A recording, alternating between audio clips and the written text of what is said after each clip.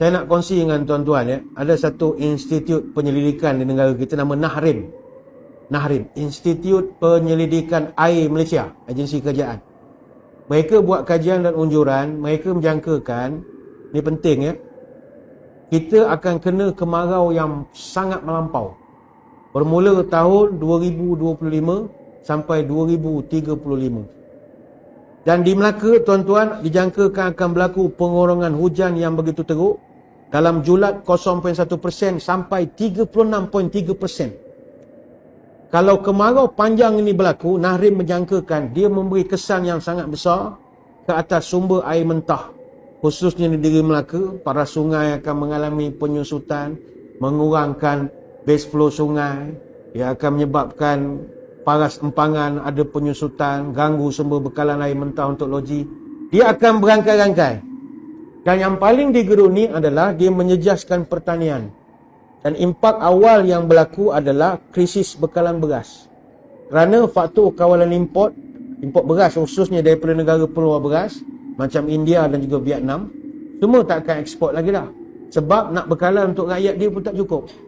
Jadi disebabkan itu, kita akan menghadapi risiko krisis keterjaminan makanan asas. Seperti beras.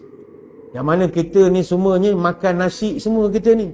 Dan kita sangat bergantung kepada beras sedia ada yang disediakan oleh pihak luar. Jadi, saya ingat kita kena ada satu jihad untuk kita sementara nak nunggu 2025 ini. Iaitu, kena buat persediaan lah. Tuan-tuan bolehlah cari benih padi sehari dua ni sebelum mahal. Tahun depan saya ingat mahal. Benih padi ingat senang nak cari, payah nak cari. Malaysia nak cari tak jumpa lah. Pergi pasar tani kalau jumpa. Tak ada. Ada juga sik Kedah. Jauh baru jumpa. Itu pun sekilo entah berapa kita pun tak tahu. Surau masjid ada kawasan lapang daripada kosong tanam padi lah saya ingat. Tanam padi. Mungkin tahun 2023 kita gelak secara berjemaah sajalah. Tanam padi. Gelak kan tunggu 2025 esok pun kau tahu. Rugilah kita tak tanam kau tak 2 tahun dah boleh makan lah. Yang buat unjuran ni bukan orang tepi jalan. NAHRIM, Institut Penyelidikan Air Malaysia. Kenapa kemarau teruk berlaku? Dia kalau tanya kepada Met Malaysia ataupun tanya kepada NAHRIM, setiap 2 sampai 7 tahun, paras air laut yang panas, dia akan gantikan arus laut yang kebiasaannya sejuk. Yang berlaku di luar pantai barat Peru. Benda ni jauh. Peru di Amerika Selatan. Fenomena lautan yang panas ni disebut El Nino. Tapi bagi kita orang Islam, benda ni nak kiamat lah. Sebab antara petanda jelas kedatangan Dajjal adalah kemarau. Sebelum 3 tahun sebelum Dajjal keluar, kita akan sengsara hidup kita.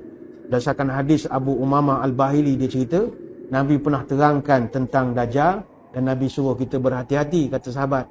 Wa inna qabla khurujid Dajjal salasu sanawatin syidad yusibun nasa fiha jau'un syadid. 3 tahun sebelum Dajjal keluar, manusia mengalami krisis kebuluran yang begitu teruk sekali.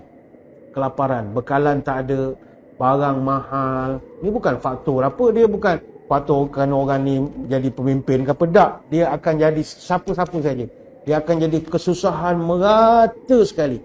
Ya'murullah sama'a fi sanatil ula an tahbisa sulusa matriha. Ketika itu, pada tahun pertama, langit akan mengurangkan hujannya 1/3. Sulusu matriha wa ya'murul ardu an tahbisa sulusu nabatiha.